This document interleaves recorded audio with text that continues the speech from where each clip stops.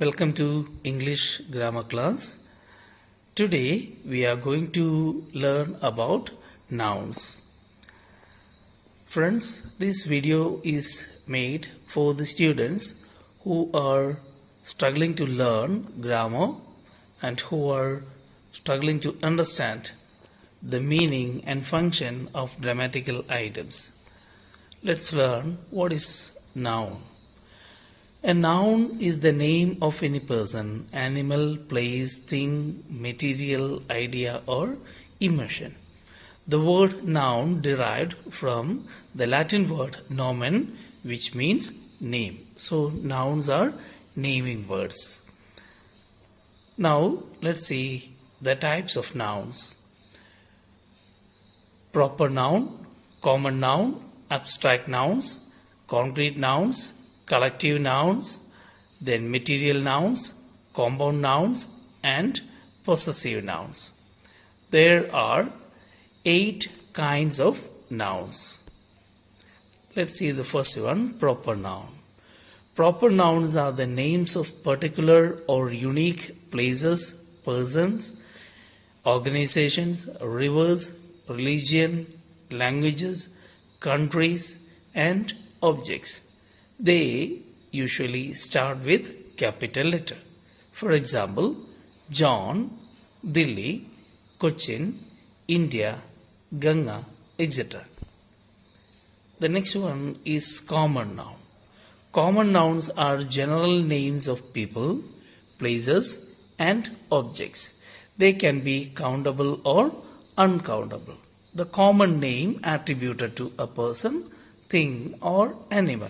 For example, boy, park, street, chair, table, bed, all these are considered to be common nouns. Now, abstract nouns. Abstract nouns are the names of qualities, ideas, emotions, etc., which cannot see or touch. They are mostly uncountable. Abstract nouns are the names of qualities, ideas and emotions which cannot see or touch, but they can be sensed, they can be understood. So they are considered uncountable. Most of them are uncountable. For example, friendship, honesty, beauty, faithfulness, etc. We cannot count how much or we cannot measure what is the quantity of the friendship, or what is the quantity of honesty and what is the quantity of beauty. So they are uncountable, that we cannot count are considered uncountable. So abstract nouns are considered uncountable. They don't have shape and they don't have any size, and we cannot say that how much or what is the quantity of the item. So these types of names are called as abstract nouns. The next one is concrete, just opposite to abstract noun. Concrete nouns are the names of things, animals or materials which have definite shape and size, or the things that can be seen or touched. For example, chair, we can see and we can touch it. Table, house, cake, dog, boy, window.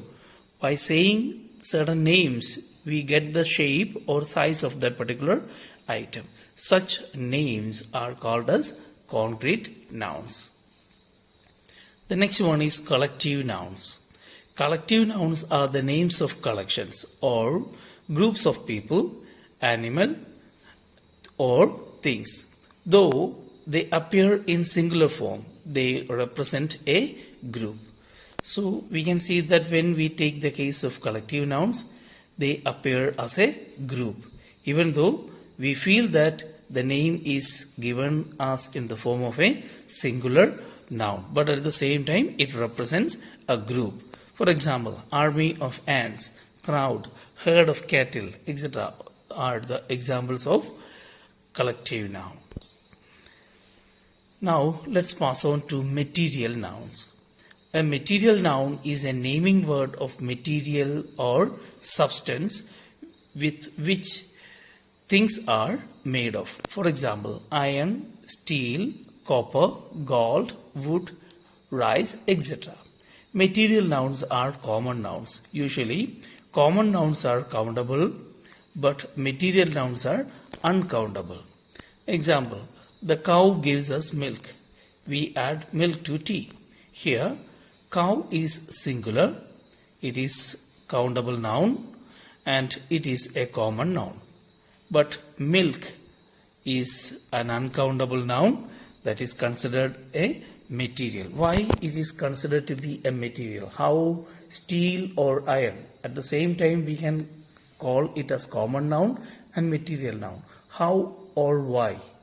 The reason is that when we take the case of a window that is made up of iron, the iron used to frame the window is a material used to make the window. Window is the end product, or window is a common noun. The glass or the iron that we use to make the window are called as the materials used for making window. So window, even though window is a common noun, but the materials are considered to be material nouns. For example, if we take the case of a book, for making a notebook, we know that ink is required to make lines on it, or ink is needed to print on it, and paper is also needed, and thread is used to bind the book. So thread, paper and ink are considered materials used for making a notebook or textbook. So book is the end product, so it is called as common noun, and paper, ink or thread are called as material nouns. Now the next one is compound nouns. Compound nouns are made of two or more nouns or words together. For example, apple is a noun, tree is another noun. Two of them are combined together to make apple tree. Bathroom, birds of prey, bus stop, catfish, courthouse, database, housekeeper, ladybug, lawnmower, mother-in-law, necktie, seafood, then skydiving. Compound nouns have three different forms: open or spaced, or space between the words. Bus stop, we can see that two words are there. There is a gap between the two words. Then second one, hyphenated words. Hyphenated words would be having a hyphen between the words. Mother-in-law, there we can see that three words are there. Mother now is a noun, then in is a preposition, and law is again another noun, but combined together to make a single sense. They are called as compound nouns. This is the second category. Third one, closed or solid type, or there is no space or hyphen is used in between these types of words. Football, there we can see that foot is one word and ball is another word. Two words are combined to make a new word, football. Let's pass on to possessive nouns. Possessive nouns are the names that tell us who or what owns something. In other words, they denote possession or belonging. For example, Haran's bag, Ravi's car, Thomas' house. In these examples, Haran's, Ravi's, Thomas. These three words are called as possessive nouns because this particular part function as a or used to tell us about the possession of someone, belongingness of someone. So that's why they are called as possessive nouns. Then rules of formation of possessive nouns. How we can form the possessive nouns. First rule, to make the singular nouns show possession, add an apostrophe and an s. So for example, singular noun mechanic is given. The possessive form is mechanic and apostrophe, and finally s, mechanics. Then Liam, Liams. Teacher, teachers. Then rule number 2. To make a plural noun that ends in s shows possession, simply add an apostrophe after the S. If the word is ending in S, simply add an apostrophe. So the plural nouns you can see workers, the possessive noun is workers after apostrophe. Nurses, nurses. Teams, teams. Then rule number 3. To make a plural noun that does not end in S, show the possession, add an apostrophe and an S. For example, plural noun men. Possessive noun is men's. Children, children's. Women, women's. Now, let's pass on to the next topic with nouns. Gender. What is gender? Gender defines the sex category that a noun belongs to. There are 4 genders in English: masculine, feminine, common and neutral genders. Let's see one by one. First one is masculine gender. Nouns that belong to male category are called masculine gender. Otherwise, in other words, we can say that male names are called as masculine gender names or masculine gender nouns. Ravish, boy, peacock, all these are considered to be masculine gender. Then feminine gender. Nouns that belong to female category are called feminine gender. For example, Nirmala, mother, cow, all these are considered to be feminine gender, or female names are called feminine gender. The next one is common gender. The nouns that can be either male or female category are called common gender. For example, teacher, student, child, etc. So, by pronouncing the word teacher, we cannot say that whether it's a male one or female one. Student, that can be applied with both a boy and a girl who is studying. Then child, any one could be that it could be either a boy or a girl. So the names that can be commonly used for both males as well as females are called common gender. These 3 genders are used for human beings as well as animals or the things which have life. The next gender, neuter gender, is the name that is used to describe the things that cannot be stated as male or female. They are called as neuter gender. Or the things that have no life at all, also categorized as neuter gender. For example, chair.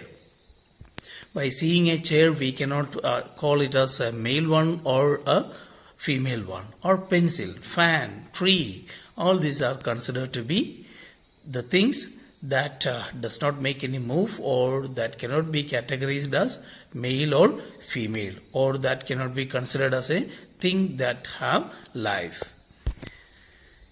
Next one is number. Number of the nouns. Nouns can be divided into 2 based on their countability.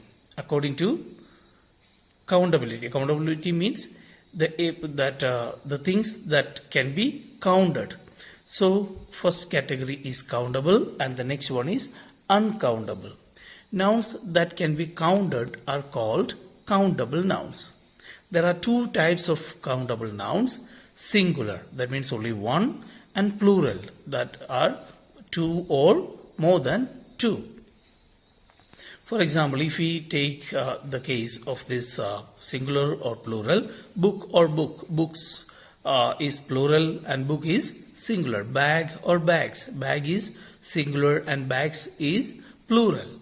Nouns that cannot be counted are called uncountable nouns. For example, cotton, wood, luggage, rice, etc. They are called as uncountable nouns. That means nouns can be divided into 2, countable nouns or uncountable. Then countable nouns can be further divided into 2 as singular and plural. Uncountable nouns are not further divided and they are uncountable. Then now let's go with the rules for changing singular to plural forms. Rule number 1. Most nouns are made plural by adding s to the end of the singular form or as a suffix. So if you would be adding any particular form of word, otherwise a sound or a syllable. Syllable means basic sound unit. To a word, at the end of the word, it is called a suffix. If we add before, we call it as prefix. So here, S comes as a suffix to the plural nouns. Car, cars, bag, bags, table, tables, house, houses, then dog, dogs. So again further examples are given. Fork, forks, then game, games, lamb, lambs, nest, nests, pen, pens, photo, photos, shirt, shirts. All these are simply added S to the end of the noun to form the plural. Rule number 2. Singular nouns that end in S, X, Z or CH, SH or SS or double S form the plural by adding ES to the end of the word. For example, bus, buses, bench, benches, box, boxes, dish, dishes, truss, trusses, marsh, marshes, lunch, lunches, tax, taxes. Some words are exception even though they end in Z, S, X or CH or SH. For example, fizz, fizzes, gas, gases, then quiz, quizzes, bus, buzzes. Some words we can see that they double the last word which would be ending. That means whether it is ending in S or Z or S, they usually double in this case. So usually we can see that the words ending in S, X, Z, CH, SH or SS or double S, they usually add ES, but some words are exceptional in this case too. Rule number 3. The plural form of some nouns that end in F or FE is made by changing the end to VES. That means F or FE changes to VES. For example, have, halves, hoof, hooves, calf, calves, elf, elves, shelf, shelves, leaf, leaves, loaf, loaves. But some words are here too can be found as exceptional in this case, or the rule is accepted with some words. For example, cuff, cuffs, knock off, knockoffs, chef, chefs, belief, beliefs, roof, roofs, chief, chiefs. Here you have seen that belief is there. When it is used as a noun, BELIEF, and it will be added with S. So different types of beliefs or different types of religion, that would be the meaning. But if belief is considered to be the case of this rule 3, we can see that in some cases we can use directly as beliefs VES also. Then rule number 4. Nouns ending in O. Nouns that end in O preceded by a vowel are made plural by adding S. Preceding means before the last letter O, if another vowel comes before it, we change the last one into S, or we simply add S to that particular word. Radio, radios, stereo, stereos, video, videos. So here we can see that they simply add S to the word. But some case we can see that if the nouns that end in O preceded by a consonant sound are made plural by adding ES. For example, potato. There before O you can see that T comes over there. T or T sound is a consonant sound.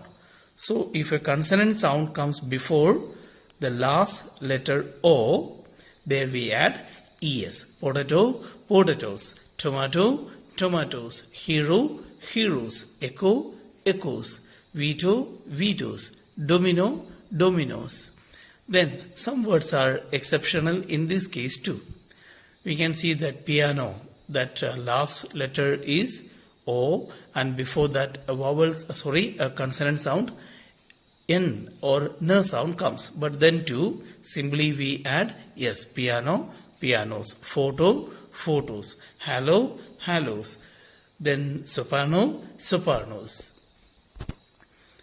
The next one, rule number 5. Nouns ending in Y. When the Y follows a consonant, changing Y to I by adding es. So that means if the word is ending by Y, their Y is replaced by IES. City, cities. Candy, candies. Country, countries. Family, families. Cherry, cherries. Then when Y follows a vowel, the plural is formed by retaining the Y and adding S. So here you can see that if Y is used after a vowel sound, it is simply added S. Day, days. Holiday, holidays. Ray, rays. Boy, boys. Then toy, toys. Key, keys. Donkey, donkeys.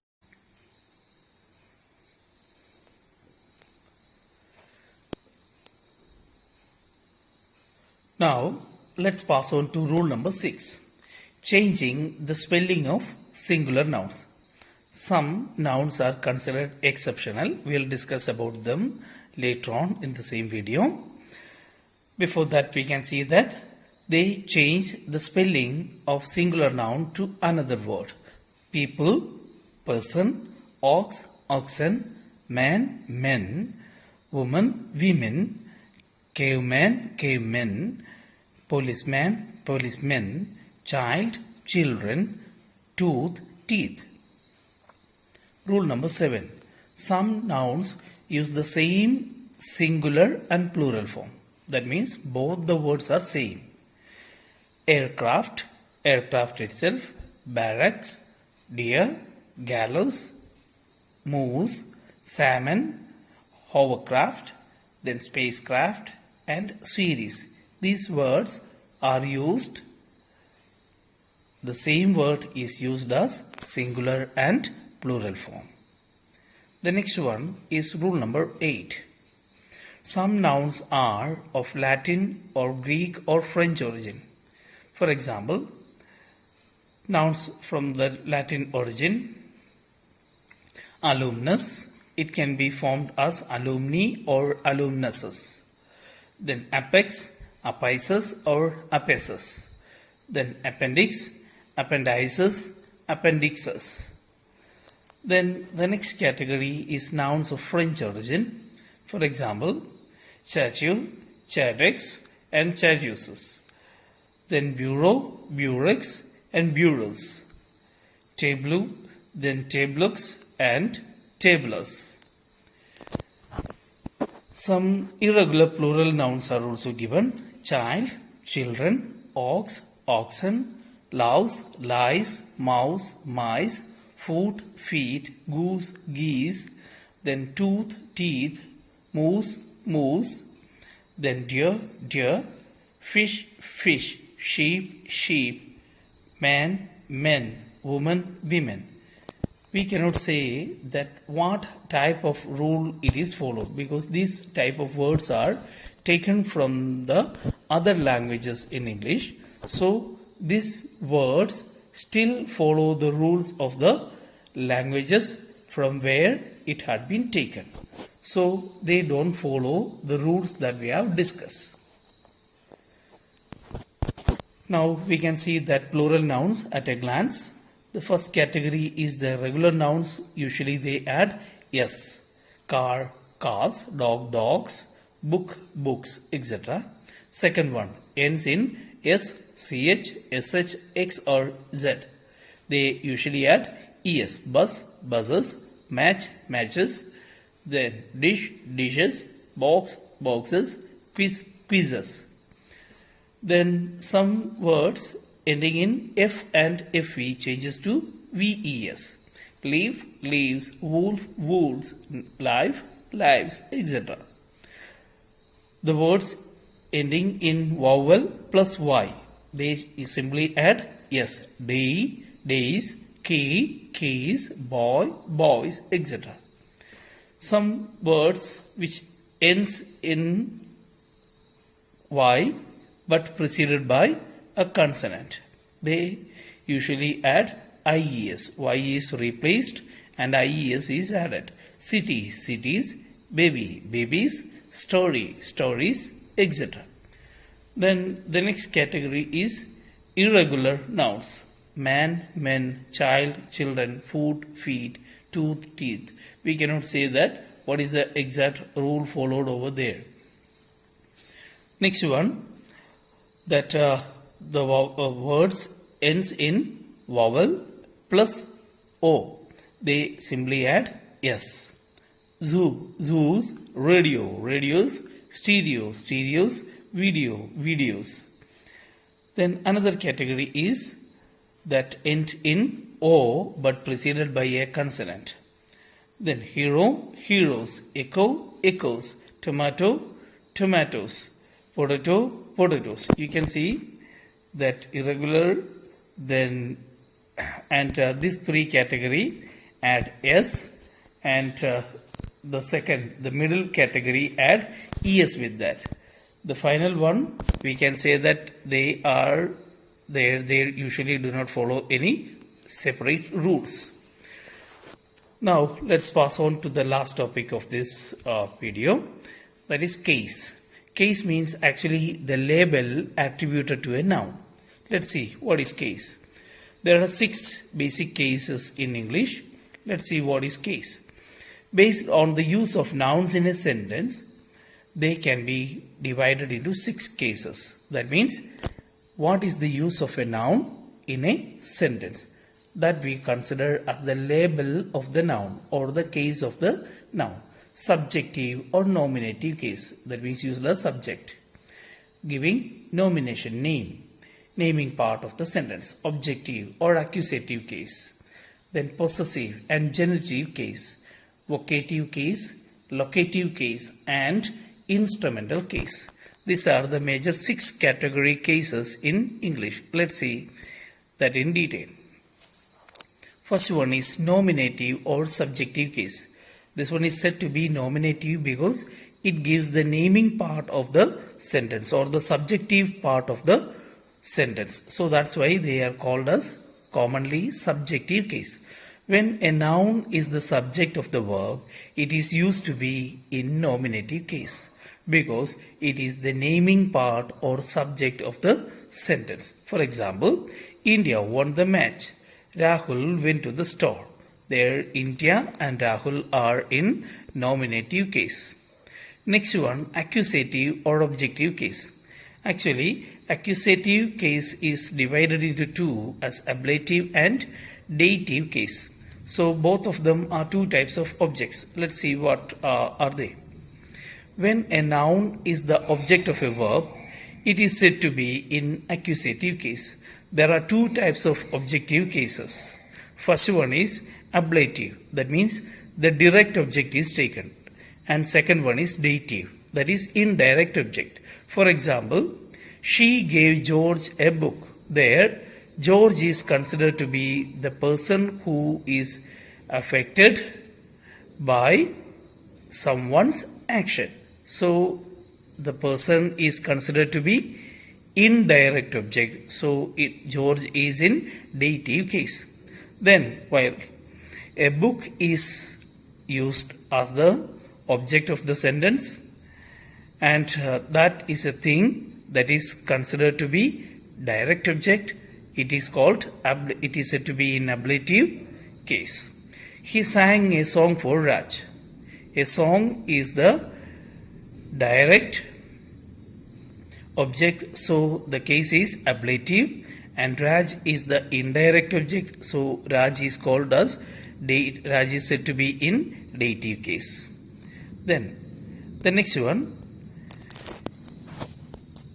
is genitive or possessive case. When a noun shows possession or ownership, it is said to be in genitive case. It can be used either as subject or object. So when we use a possessive form of noun, the case is said to be possessive case or genitive case. For example, Mary's dress is very beautiful. There, Mary's dress is the subject. Mary's is the part of forming the subject, so that is considered to be a noun. That part is called as possessive case, not the entire part. Mary's dress, there Mary's alone, Mary's is considered to be possessive case. The girls' books are covered well. There, the girls' books. These three words are together considered to be the noun phrase or the subject of the sentence. But girls alone is considered to be genitive case. In these two sentences, we can see that Mary's and girls, both of them are used as the subject of the sentence. Let's see the third one. I love Tagore's poems. So here we can see that Tagore's poems is considered to be the object of the sentence, but Tagore's alone is considered as genitive or possessive case. Now, vocative and locative case. The first three cases are usually studied at school, but usually teachers omit the next three categories: vocative, locative cases. So let's see that. Vocative case. So vocative case indicates an address. It is used to get the attention of the person. So when we call someone, that addressing part of the sentence is called as vocative case. Mary, people are coming. Second one, Miss Amalia, people are waiting for you. There, in these two sentences, we can see Mary and Mr. Malia. These two parts are used to address a particular person. And after that, the real subject comes over there. What is the real subject of the first sentence? People. People are coming. Their people is considered to be the subject. But Mary is not the subject, but it is in the vocative case. Then second sentence, Mr. Malia is in vocative case. People is considered to be the subject of the sentence. Next one, locative or allative case. Actually, they are two category. If we say from the descendants, from where a particular thing or person comes from, that we call as locative, and the person where he or she goes, the destination, if the destination is said over there, it is said to be in allative case. But together we can call it as locative or allative case. So both of them say about the place. Nouns or noun phrase which says about location is said to be locative or allative case. For example, she comes from India. They're from India or from China or from Australia or from New Zealand. These particular countries' name along with the preposition from together considered as locative case. The man was sitting behind Gopal. So behind Gopal is together considered as locative case. The last category is instrumental case. It indicates an object used in performing an action. When a particular object is used to do something, that object is considered to be in instrumental case. For example, she cleaned the floor with a mop. There we can see that with a mop. That comes in instrumental case because that is the item that she used to clean the floor. Then next one, Rohan stabbed Roshan with a dagger. with a dagger is considered to be in instrumental case. Thank you for watching this video.